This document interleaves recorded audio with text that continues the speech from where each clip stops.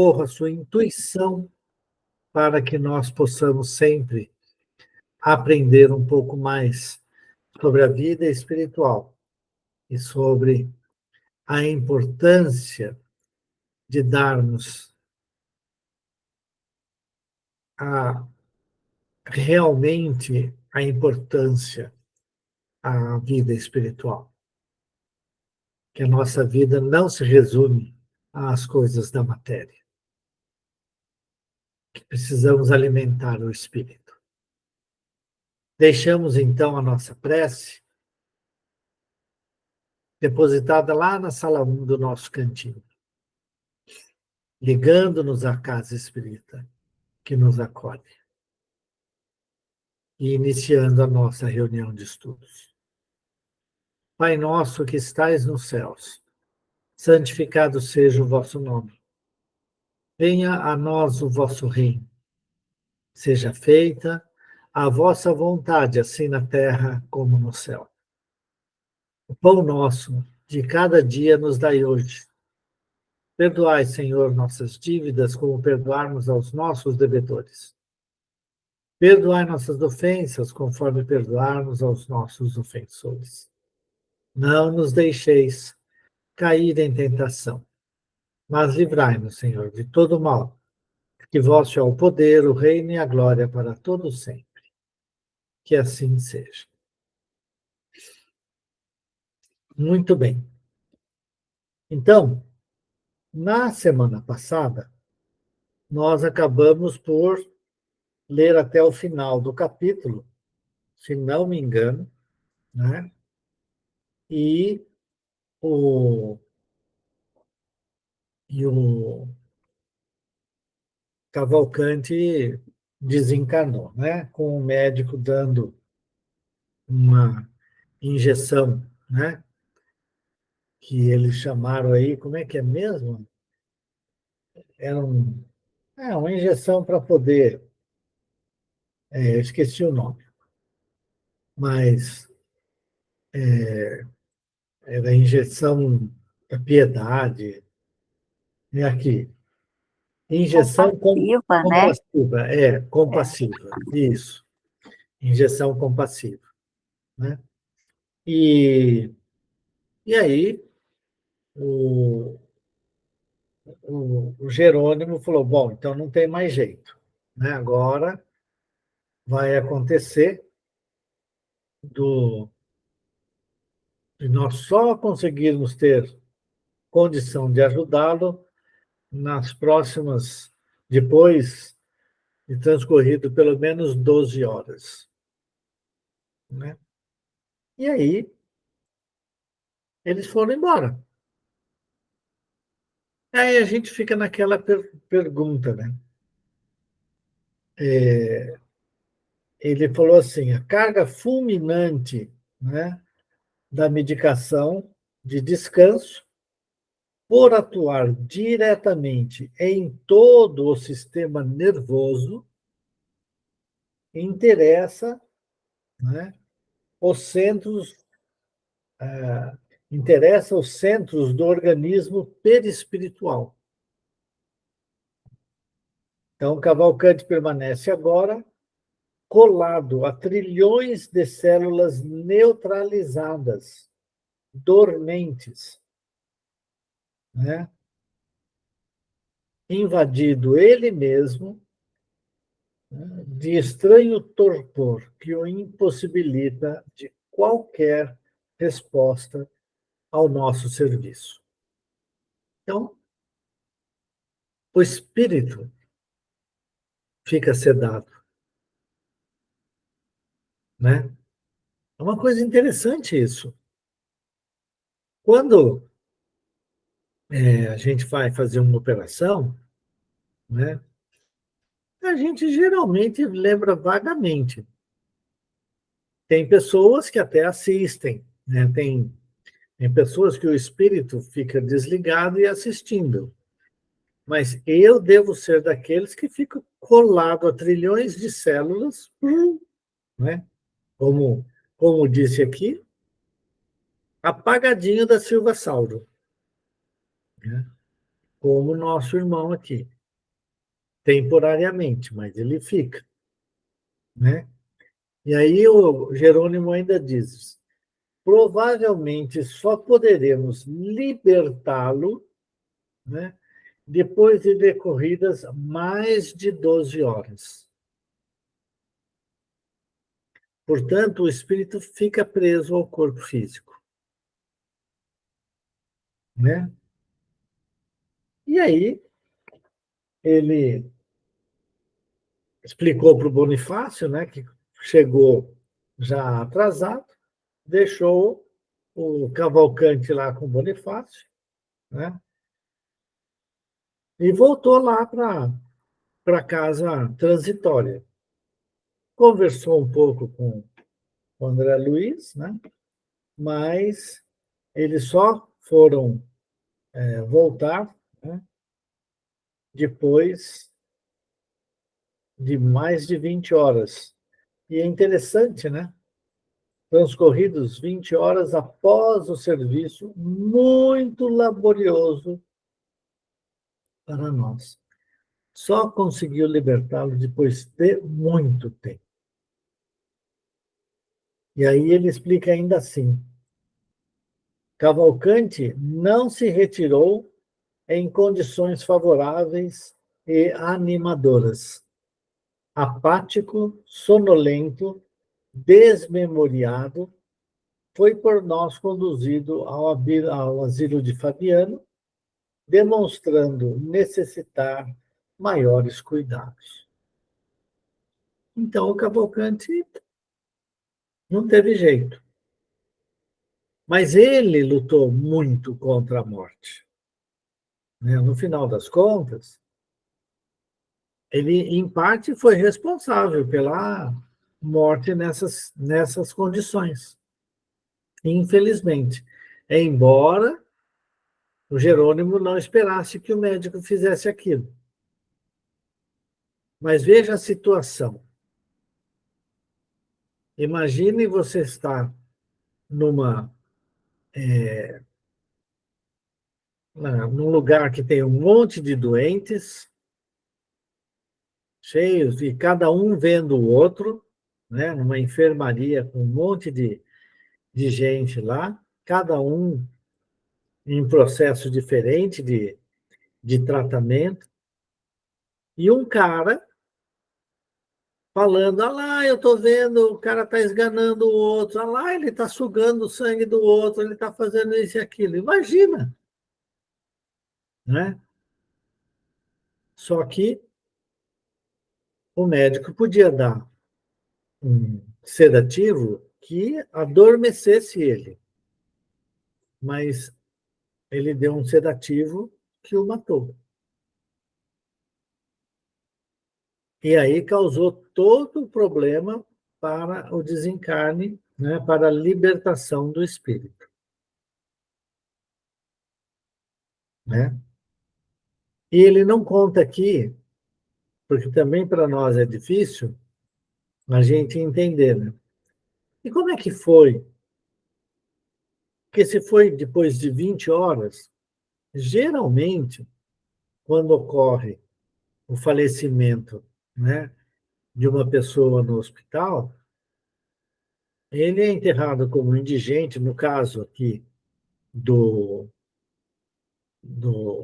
Cavalcante, né, que ninguém da família ia estar buscando por ele nem nada, ele estava abandonado pela família, provavelmente ele ia ser enterrado como indigente,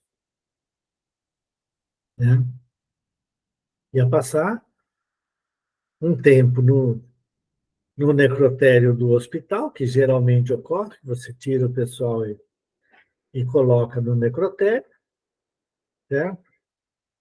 Aí no dia seguinte vem o serviço funerário. Na época, em 1940, lá vai bolinha, pelo que eu me lembre, né?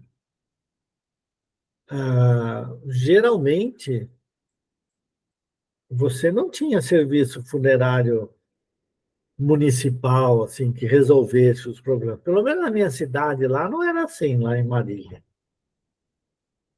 né? Então, eu não sei como que eles enterravam os indigentes,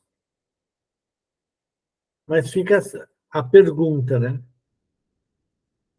A sorte do Bonifácio, do Cavalcante, é que o Bonifácio ficou lá, ajudando ele, cuidando dele, para não deixar nenhum outro espírito vir e buscar.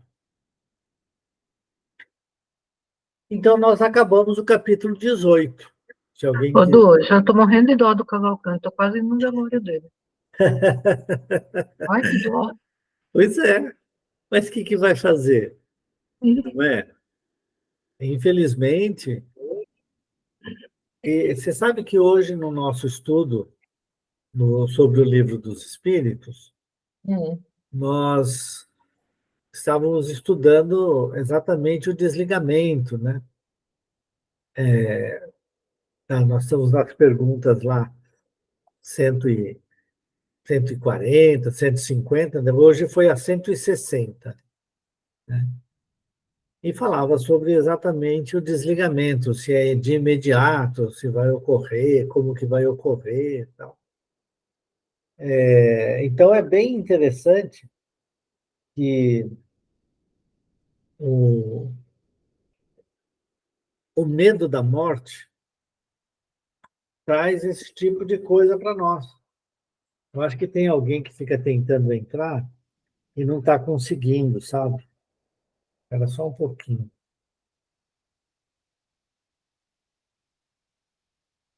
Não, tem ninguém não. Então, realmente, o medo da morte, quando a gente não fala sobre a morte, quando a gente tem, né? Veja, é absolutamente necessário a gente conversar sobre a morte. A morte vai chegar para todo mundo. Independentemente do que a gente vai, se vai ser recebido bem no plano espiritual, se não vai, se vai ser de um jeito ou de outro, não tem jeito. Então, a vantagem do espiritismo e dos espíritas que realmente incorporarem o conhecimento, inclusive esse que nós estamos tendo,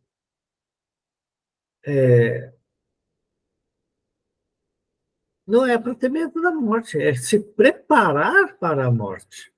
É estar preparado para, quando desencarnar, seja na hora que for, cedo, tarde, de acidente ou de morte morrida, como a gente falava, né? Que vai ficando velhinho e vai perdendo as energias até morrer, né? Qualquer que seja a forma de nós morrermos, nós precisamos estar tranquilos e preparados para isso. Então, é uma pena que o Cavalcante tenha produzido todo esse drama, né, doloroso. E tem uma questão que eu queria trazer para vocês, né, que é importante, eu acho, né, sem acusações nenhuma, né, nenhuma acusação a ninguém, mas veja, o quadro do Cavalcante foi tão pesado, né, chama Joaquim Cavalcante, esse que foi o nome que apareceu. É tão pesado, né, que acabou o médico dando uma injeção fatal. Muito bem. Diz Jesus: o escândalo há de vir, mas ai daquele por quem o escândalo vier. Se o Alexandre, ó, desculpa, Alexandre, não é você. Se o Jerônimo tivesse conseguido fazer o desencarne, cortar direitinho, se o Cavalcante não tivesse resistido tanto, tá? Muito provavelmente o médico não precisaria dar a injeção fatal. E aí vem a pergunta, né?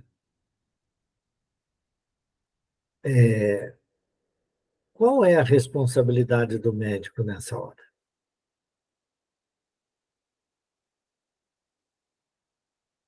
O que vocês acham? Qual é a responsabilidade do Cavalcante nessa hora? Estou Então, aberto. o Cavalcante estava inconsciente, ele estava delirando, né? Não, Então, ele ele, estava espírito liberto. Do ponto de vista material, se você olhar somente um homem acamado, ele estava delirando. Mas, na verdade, ele estava contando aquilo que, sendo um espírito quase liberto, ele via o que estava acontecendo. Então, nós chamamos de delírio, que é o que você usou. Por quê? Porque nós estamos do lado de cá, né? Nós estamos olhando só a parte material. Pode falar agora, Lisete, desculpa. Então, essa é a visão do médico. Então, para ele, era um sofrimento desnecessário. Ele pensou em suavizar esse sofrimento do paciente. É assim que eu vejo, né? Não que ele estivesse fazendo algo de errado, e sim ajudando. Uhum. Ok, vamos ouvir o Alexandre. Bom, eu acho assim, acho que os dois são responsáveis, né? Os dois têm parcela de responsabilidade nesse processo todo, não é? A questão do médico, eu acho que tem alguns paliativos, não é? Porque a ignorância é uma bênção, não é mesmo? Então, quando os médicos materialistas, principalmente, né, aqueles que não têm esse entendimento que a gente tem, eles realmente acreditam que eles estão fazendo algo para aliviar o sofrimento da pessoa nos seus instantes finais, não é? Mas a ignorância é uma dádiva, mas é uma responsabilidade. Não deixa de haver a responsabilidade, não é? Então eu acredito que em algum momento, não é? Esse médico, esse espírito desse médico, não é, vai entender e, e, e a responsabilidade, o ato foi praticado, vai contra as leis de Deus, não é? Então, assim, vai ter que se acertar de uma forma ou de outra. E eu acho que tem essa coisa do paliativo do não entendimento. Com relação ao Cavalcante, não é? É aquilo que a gente acaba fazendo, acaba refletindo depois, né? E as consequências, a gente mesmo é que passa por elas, não é? Então, todo esse estado do Cavalcante, não é? Toda essa inquietude do Cavalcante, porque foi um processo difícil, não é? Foi um processo bastante difícil. Não é? Acaba refletindo no próprio sofrimento do Cavalcante, né? Agora ele vai ficar. Principalmente o processo de culpa, né? Pois é, mas ele tem Principalmente o responsabilidade. processo de culpa dele, né? Que ele se sentia culpado, né? Então, mas ele é essa atitude dele que, na verdade, acabou desencadeando, não é, a própria ação do médico, não é? Uhum. Como a gente entendeu, se o Cavalcante estivesse mais tranquilo, mais sereno, tivesse um entendimento melhor, talvez o processo de desencarne tivesse sido realizado antes, não é? Antes de ser aplicada a injeção, né? Então ele também é responsável. O que vai acabar acontecendo é que o Cavalcante vai sofrer mais um pouco, não é? Ele vai ficar aí mais um tempo ligado, não é? Até que o efeito da medicação passe, pelo menos no meu entendimento, para que a equipe volte e possa ajudá-lo a terminar esse processo, não é? As responsabilidades acabam aparecendo, né? E, e no conjunto, não é? E no conjunto, como vai ser feito depois esse acerto, a gente nunca sabe, né? As possibilidades são infinitas, não é? Mas a lição, pelo menos para mim, que fica, não é? É para que a gente entenda, para que a gente se prepare para o momento de desencarne, para não passar por aquilo que o Cavalcante passou, não é? Que a gente não tente fazer esses acertos lá no finalzinho, né? Como ele queria fazer com a esposa, né? Que a gente vá ao longo do nosso caminho já fazendo esses acertos, não é? Porque todos nós sabemos que vamos desencarnar, não é? Todos nós sabemos que vamos morrer. Então vamos nos preparar para isso direitinho, não é? De forma que a gente tenha paz de consciência, paz no coração, não é? Para tentar, de alguma forma, ter o desencarne mais tranquilo e equilibrado possível, não é? E se formos merecedores de ajuda, porque eu acho que todos somos, não é? Que a gente esteja na posição de poder receber essa ajuda. Falei demais já, gente. Essa é a minha forma de ver. Tá bom. Ivone? Eu também concordo com o Alexandre. Eu acho que os dois têm a parcela de responsabilidade, né? O Cavalcante, mas quem mais dificultou toda a situação foi o próprio Cavalcante, né? Quem mais complicou tudo, porque o que eu vejo que o Cavalcante, durante a vida, se dedicou à religião mais do que à própria família. E na hora de dar testemunho do que ele fez, ele, ele vacilou ali com um sentimento de culpa, né? Ele se martirizou ali de uma forma tão difícil que complicou para o próprio socorro, né? Então, o médico tem a responsabilidade dele? Tem. Mas quem mais complicou a vida ali, quem mais dificultou foi o próprio Cavalcante, né? Então, eu acho que ali o peso maior vai para ele, infelizmente. Como eu falei para você, fiquei morrendo de dó dele. Então, não, eu É, concordo. mas é Eu aquela sou, coisa, né? A gente tem que se preparar para isso e eu acho assim, uma coisa que eu penso que nessas horas é que a gente mostra quem a gente realmente é e aquilo que a gente realmente pratica, Uhum. sabe? É nessa hora do aperto que a gente mostra realmente quem a gente é.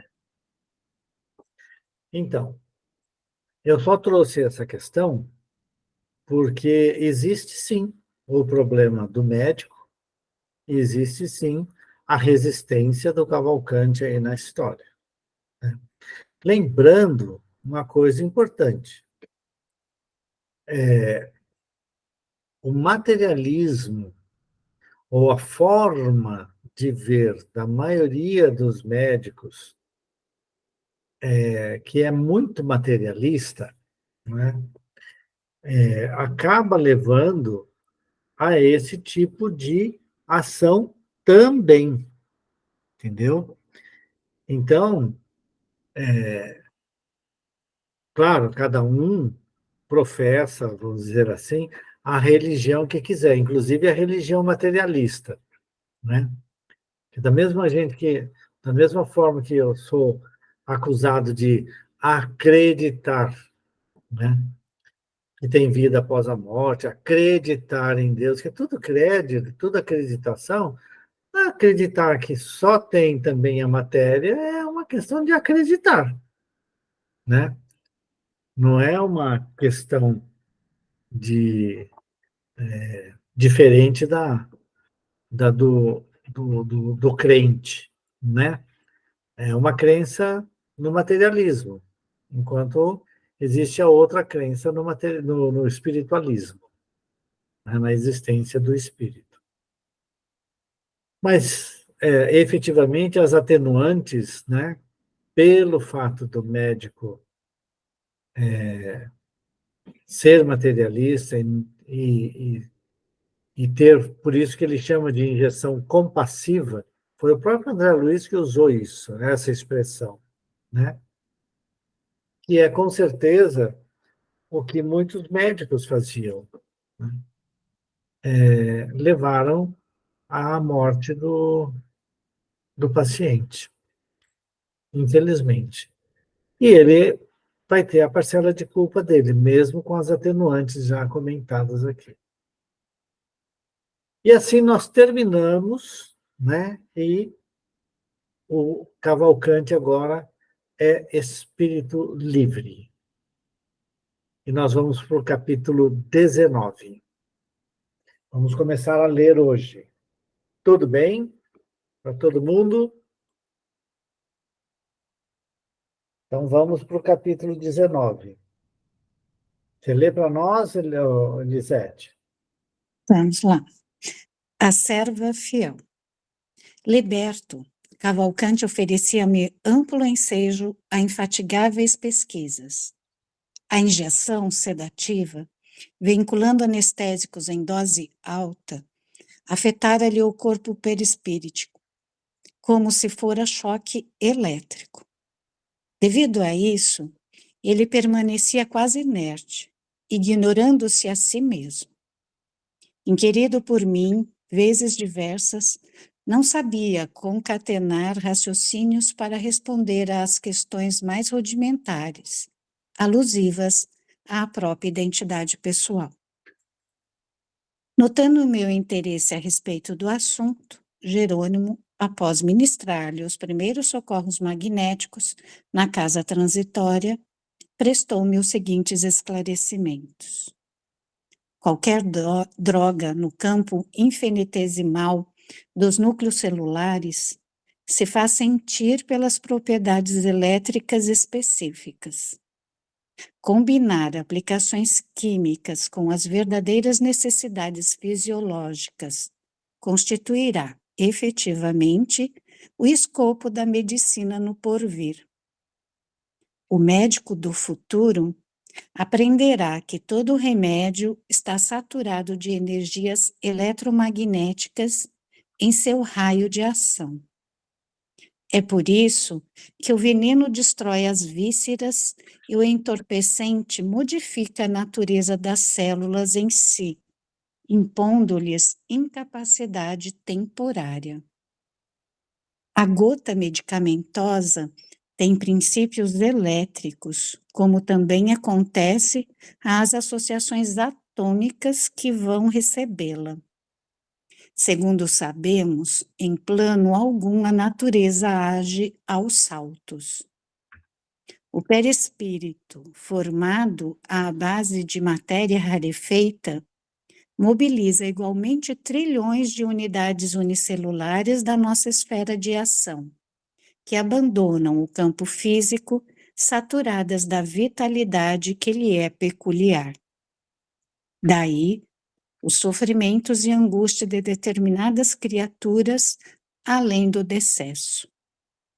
Os suicidas costumam sentir durante longo tempo a aflição das células violentamente aniquiladas, enquanto os viciados experimentam tremenda inquietação pelo desejo insatisfeito. A elucidação era lógica e humana.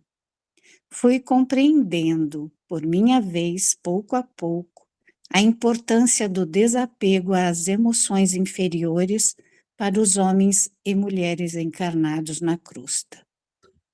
Matéria e espírito, vaso e conteúdo, forma e essência, confundiam-se aos meus olhos como a chama da vela e o material incandescente. Integrados um no outro, produziam a luz necessária aos objetivos da vida. O exame dos casos de morte trouxera-me singular enriquecimento no setor da ciência mental. O espírito eterno, nos fundamentos, vale-se da matéria, transitória nas associações como material didático, sempre mais elevado, no curso incessante da experiência para a integração com a divindade suprema. Prejudicando a matéria, complicaremos o quadro de serviços que nos é indispensável e estacionaremos, em qualquer situação, a fim de restaurar o patrimônio sublime posto à nossa disposição pela bondade imperecível. Tanto seremos compelidos ao trabalho regenerador na encarnação, quanto na desencarnação, na existência da carne, quanto na morte do corpo, tanto no presente quanto no futuro. Ninguém se colocará vitorioso no cume da vida eterna, sem aprender o equilíbrio com que deve elevar-se. Daí as atividades complexas do caminho evolutivo, as diferenciações inumeráveis, a multiplicidade das posições, as escalas da possibilidade e os graus da inteligência nos variados planos da vida. Para solucionar instantes problemas de Cavalcante, o nosso dirigente designou o padre Hipólito para segui-lo de mais perto, orientando-o quanto à renovação. O convalescente fixava-nos receoso, crendo-se vítima de pesadelo em hospital diferente. Declarava-se interessado em continuar no corpo terrestre. Chamava a esposa insistentemente. Repetia descrições do passado com admirável expressão emotiva. Por mais de uma vez, repeliu Jerônimo com severa argumentação. Ao lado de Hipólito, porém, aquietava-se, humilde. Influíam nele o respeito e a confiança que se habituara a consagrar aos sacerdotes. Nosso companheiro possuía sobre o recém-liberto importante ascendente espiritual. Poderia beneficiá-lo com mais facilidade e em menos tempo. Apesar disso, contudo, nosso assistente ministrava-lhe com regularidade recursos magnéticos, erguendo-lhe o padrão de saúde espiritual. O desencarnado ia despertando com extremo vagar, demorando-se longo tempo a reapossar-se de si. Eram, todavia, impressionantes seus colóquios com o irmão Hipólito, nos quais crivava o ex-sacerdote de intempestivas interrogações. À medida que as suas condições mentais melhoravam, apertava o cerco. Queria saber onde se localizavam o céu e o inferno. Pedia notícia dos santos, pretendendo visitar aqueles a quem consagrava mais entranhada devoção. Rogava explicações referentes ao limbo.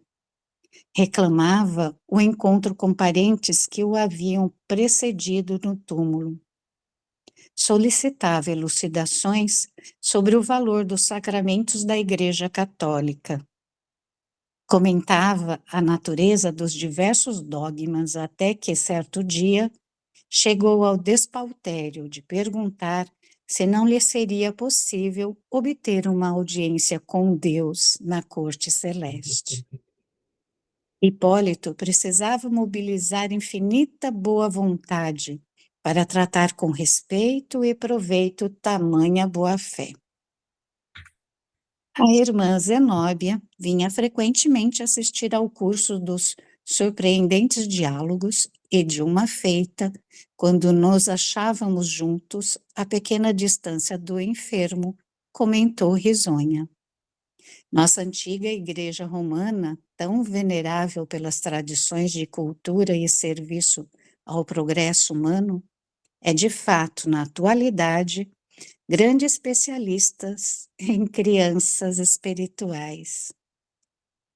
Examinando as dificuldades naturais do serviço de esclarecimento, Jerônimo recomendou a Hipólito e a Luciana dispensarem ao recém-liberto os recursos possíveis em virtude da escassez de tempo. 25 dias já haviam transcorrido sobre o início da tarefa. Precisamos regressar, informou o assistente. Precisamos regressar logo se verifique a vinda de Adelaide, que não se demorará nesta fundação mais de um dia. Cumpre-nos, pois, acelerar a preparação de Cavalcante, com todas as possibilidades ao nosso alcance. E os companheiros desvelavam-se carinhosos. No fundo, todos sentíamos saudades do lar distante, que nos congregava em bênçãos de paz e luz. O próprio Fábio, equilibrado e bem disposto, colaborava para a solução do assunto, suspirando pela penetração nos santuários de mais alto. Atendendo à divisão dos serviços, Jerônimo e eu continuamos em ação no Instituto Evangélico, onde a serva leal de Jesus receberia a carta liberatória. Adelaide, porém, parecia não depender de algemas físicas. Não consegui, por minha vez, auscultar-lhe o espesso organismo, porque a nobre missionária, em virtude do avançado enfraquecimento do corpo, abandonava-o ao primeiro sinal de nossa presença. Colocava-se junto de nós em sadia palestra. Geralmente, companheiros distintos do nosso plano participavam dos ágapes fraternos. Na antevéspera do desenlace, tive ocasião de observar a extrema simplicidade do abnegado Bezerra de Menezes, que se encontrava em visita de reconforto junto à servidora fiel. Não desejo dificultar o serviço de meus benfeitores, dizia ela, algo triste, e por isso estimaria conservar boa forma espiritual no supremo instante do corpo. Ora, Adelaide, considerou o apóstolo da caridade, morrer é muito mais fácil que nascer. Para organizar, na maioria das circunstâncias, são precisos, geralmente, infinitos cuidados. Para desorganizar, contudo, basta, por vezes, leve empurrão. Em ocasiões como esta, a resolução é quase tudo. Ajude a você mesma, libertando a mente dos elos que a imantam as pessoas, acontecimentos, coisas e situações da vida terrena. Não se detenha. Quando for chamada, não olhe para trás. E sorrindo, lembre-se de que a mulher de Lot, convertida em estátua de sal, não é símbolo inexpressivo. Há criaturas que, no instante justo de abandonarem a carne, às vezes doente e imprestável, voltam o pensamento para o caminho palmilhado, revivendo recordações menos construtivas. Tropeçam nas próprias apreensões, como se estas fossem pedras soltas ao léu, na senda percorrida, e ficam longos dias fisgadas no anzol do incoerente e insatisfeito desejo, sem suficiente energia para uma renúncia nobilitante. Espero, asseverou a interlocutora em tom grave, que os amigos me auxiliem. Sinto-me socorrida, amparada, mas tenho medo de mim mesma. Preocupada, sim, minha amiga, tornou o antigo médico satisfeito. Não vale a pena. Compreendo-lhe, todavia, a ansiedade. Também passei por isso. Creia, entretanto, que a lembrança de Jesus ao pé de Lázaro foi ajuda certa ao meu coração em transe igual. Busquei insular-me, cerrar ouvidos aos chamamentos do sangue, fechar os olhos à visão dos interesses terrenos, e a libertação, afinal, deu-se em poucos segundos. Pensei nos ensinamentos do Mestre, ao chamar Lázaro de novo à existência, e recordei-lhe as palavras, Lázaro, saia para fora. Centralizando a atenção na passagem evangélica, afastei-me do corpo grosseiro, sem obstáculo algum.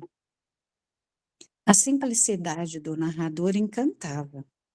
Adelaide sorriu, sem, no entanto, disfarçar a preocupação íntima. Valendo-se da pausa, Jerônimo aduziu: aliás, cumpre-nos destacar as condições excepcionais em que partirá nossa amiga. Em tais circunstâncias, apenas lastimo aqueles que se agarram em demasia aos caprichos carnais. Para esses, sim, a situação não é agradável, porquanto o semeador de espinhos não pode aguardar colheita de flores. Os que se consagram à preparação do futuro com a vida eterna, através de manifestações de espiritualidade superior, instintivamente aprendem, todos os dias, a morrer para a existência inferior. Reparei que a abnegada irmã se mostrara mais calma e conformada a essa altura. Tomar um golinho da... Você quer... Vamos passar para outra pessoa dar uma lidinha para você descansar. Quem quer ler aí para continuar, por favor? Alô, alô? Quem está com o livro na mão? Alô, alô? Posso ler, Edu, se quiser. Por favor. Interrompeu-se a conversação, porque Adelaide foi obrigada a reanimar repentinamente o corpo, a fim de receber a última dose de medicação noturna. Ao regressar ao nosso plano, Jerônimo ofereceu-lhe o braço amigo para a rápida excursão ao estabelecimento de Fabiano. A irmã Zenóbia desejava vê-la antes do desenlace. A grande orientadora do asilo errático admirava-lhe os serviços terrestres e, por mais de uma vez, valeu-se de seu fraternal concurso em atividades de regeneração e esclarecimento. Adelaide acompanhou-nos, contente. Em breves minutos, recebidos pela administradora, como que se repetia a mesma palestra de minutos antes, apenas com a diferença de que Zenóbia tomara a posição reanimadora do devotado Bezerra. A bondosa discípula de Jesus, em vias de retirar-se da crosta, era alvo do carinho geral. Depois de considerações convincentes por parte de Zenóbia, que se esmerava em ministrar-lhe bom ânimo, Adelaide, humilde, expôs-lhes as derradeiras dificuldades. Ligara-se fortemente à obra iniciada nos círculos carnais e sentia-se estreitamente ligada não somente à obra, mas também aos amigos e auxiliares. Por força de circunstâncias imperiosas, acumulava funções diversas no quadro geral dos serviços. Possuía toda uma equipe de irmãs dedicadíssimas que colaboravam com sincero desprendimento e alto valor moral no amparo à infância desvalida. Se estimava profundamente as coordenadoras. Era igualmente muito querida de todas elas. Como se haveria ante as dificuldades que se agravavam. No íntimo, estava preparada. No entanto, reconhecia a extensão e a complexidade dos óbices mentais. Seu quarto de dormir, na casa terrena, semelhava-se à redoma de pensamentos retentivos e interceptarem-lhe a saída. Quando menos se via pressa ao corpo, mais se ampliava a exigência dos parentes, dos amigos. Como portar-se ante essa situação? Como fazer-lhe sentir a realidade? Enlaçara-se em vastos compromissos, tornara-se involuntariamente a escora espiritual de muitos. Entretanto, ela mesma reconhecia a imprestabilidade do aparelho físico. A máquina fisiológica atingira o fim. Não conseguiria manter-se ainda mesmo que os valores intercessores lhe conseguissem prorrogação de tempo. A orientadora escutou-a, atenta, mas médico experimentado em face de doente aflito, e observou por fim: reconheço os obstáculos, mas não se amofine. A morte é melhor antídoto da idolatria. Com a sua vinda, operar-se-á a necessária descentralização do trabalho, porque se dará a imposição natural de novo esforço a cada um. Alegre-se, minha amiga, pela transformação que ocorrerá dentro em pouco. Reanime-se, sobretudo, para que a sua situação se reajuste naturalmente, sem qualquer ponto de interrogação ao término da experiência atual. Silenciou durante alguns momentos e notificou em seguida: temos ainda a noite de amanhã.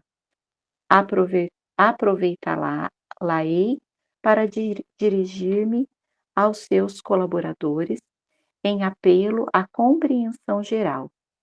Amigos nossos contribuirão para que se reúnam em assembleia, como se faz indispensável.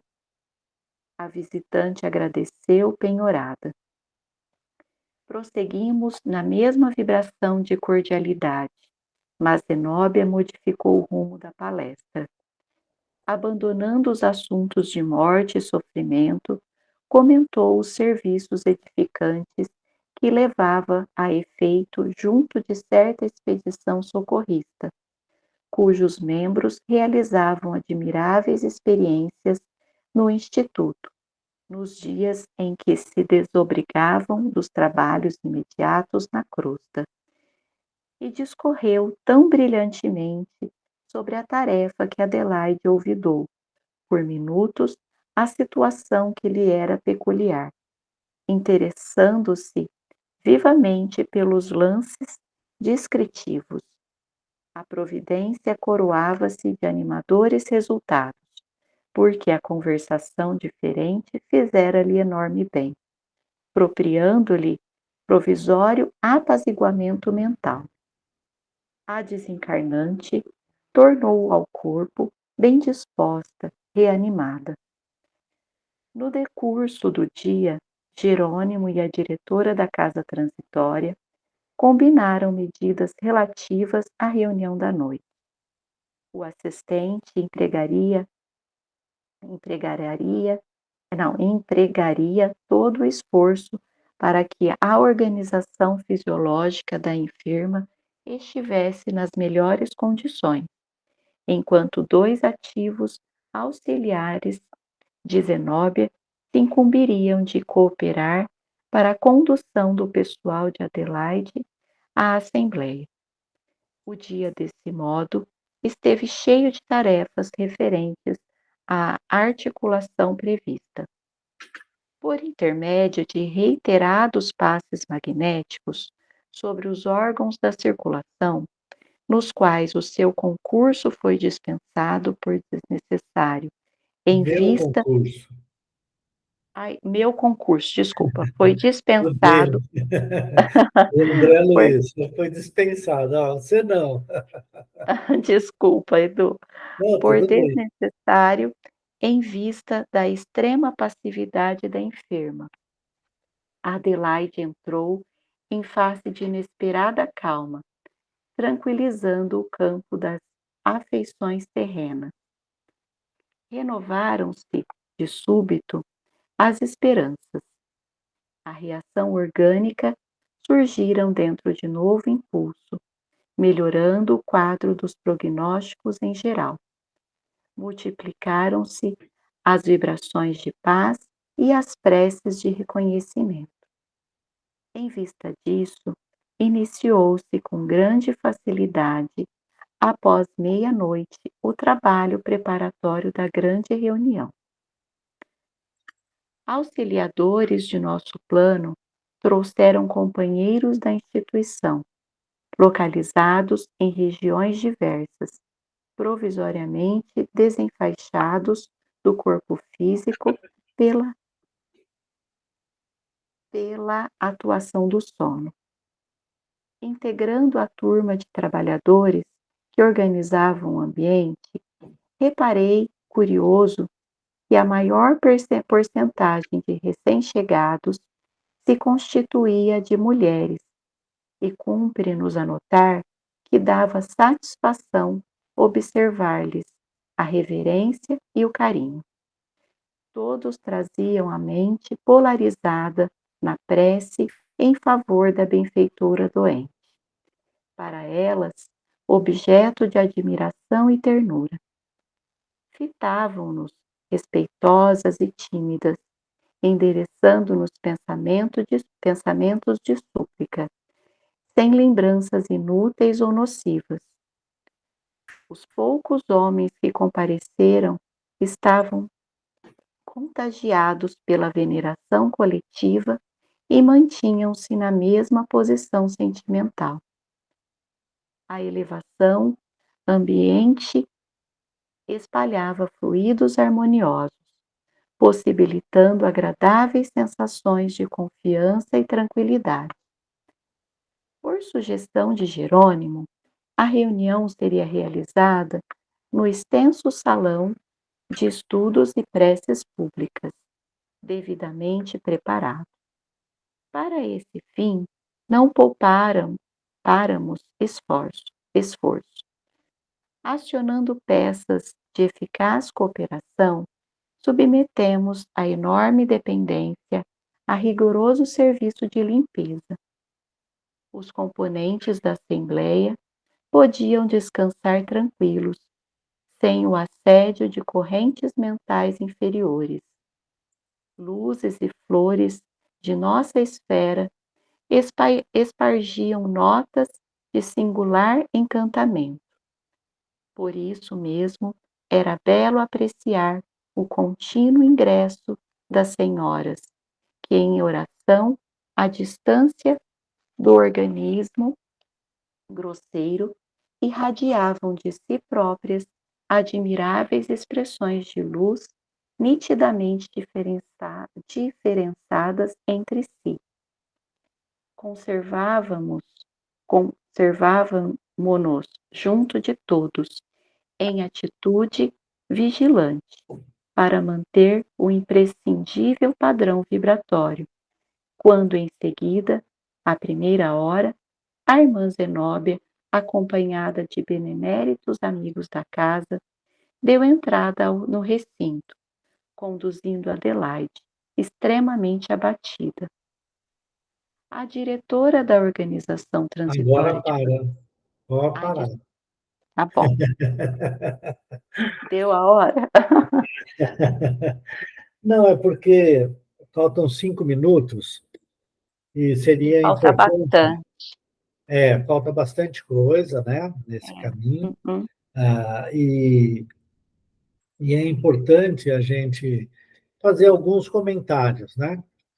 Veja que coisa importante, como a espiritualidade trabalha, né? A irmã Zenóbia faz todo um trabalho lá na casa transitória e colabora eficazmente no desenlace da irmã Adelaide, né? Trazendo para ela pontos importantes. O grande problema é uma coisa muito, muito comum de acontecer, né? As pessoas pensam assim, e o que vai acontecer sem que eu, né, continue? E principalmente aquelas pessoas que ficam muito arraigadas ao materialismo, né? Quer dizer, assim, às coisas materiais, por exemplo, esses grandes empresários que têm inúmeros colaboradores, mas ele tem uma empresa, outra, e centraliza tudo, todas as decisões e tudo. Quando ele vai morrer, que vai acontecer? Não é? A pessoa fica preocupada. E depois? Quem é que vai dar continuidade? Se eu largar a mão agora, passando para os outros, eles vão fazer tudo diferente de mim e não vão continuar fazendo as coisas. No final das contas, a irmã Adelaide estava exatamente com essa mesma preocupação. Ela ficou tão apegada à casa que ela, vamos dizer assim, ajudou a edificar e desde sempre estava ali. Ela estava preocupada. O que vai acontecer? Quem é que vai dirigir? Quem é que vai cuidar disso, ou daquilo, do outro? Né? Porque ela era a pessoa que centralizava todas as atividades da casa, mesmo que ela não fosse a dirigente principal num lugar, no outro, todo mundo ia se aconselhar com ela. O que muitas vezes acontece num monte de casas espíritas, né? Como acontece também em outros lugares. Nas casas espíritas isso acontece. E aí eles organizam durante a noite, né, uma assembleia para que a irmã Zenóbia possa falar.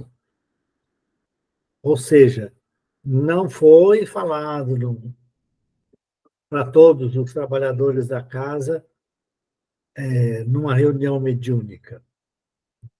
Não foi isso que aconteceu. Os trabalhadores da casa, afeiçoados a ela, foram levados para lá, né? Para estarem presentes, porque ia ter uma assembleia espiritual em que a irmã Zenóbia ia falar, né? E aí, né, a questão finaliza ali, antes que a gente encerre aqui, só o comentário final, né? Que tinham poucos homens. A grande maioria eram as mulheres, né? E aí a gente fica com esse negócio para ser discutido na semana que vem. Finalmente, Beleza? ele fala de mais mulheres, né? Porque sempre tinha mais homens do que mulheres. Mas a gente vai ver que existe um motivo para isso, né? Isso é importante. Então, quem quer fazer a prece de encerramento aí para nós? Vamos lá? Ninguém? Posso fazer, Edu? Então faz, por favor. Agradecendo a Deus e a Jesus, a esses irmãos queridos, abnegados que conosco estão, por esta oportunidade de estudo, por esta oportunidade de convívio. E a eles dedicamos a nossa prece de Pai Nosso, para que utilizem as vibrações geradas ao irmãozinho que estiver com maior necessidade. E assim dizemos: Pai nosso, que estais nos céus, santificado seja o vosso nome. Venha a nós o vosso reino, seja feita a vossa vontade, aqui na terra como nos céus. O pão nosso de cada dia dai-nos hoje e sempre. Perdoa, Senhor, as nossas dívidas e ofensas, na medida em que perdoamos os nossos devedores e ofensores. E não nos deixes entregues às tentações da matéria, e livra-nos, Pai, de todo mal, de todo perigo, agora e sempre. Que assim seja, em nome de Deus e em nome de Jesus. Muito bem. Chegamos ao final. Boa noite.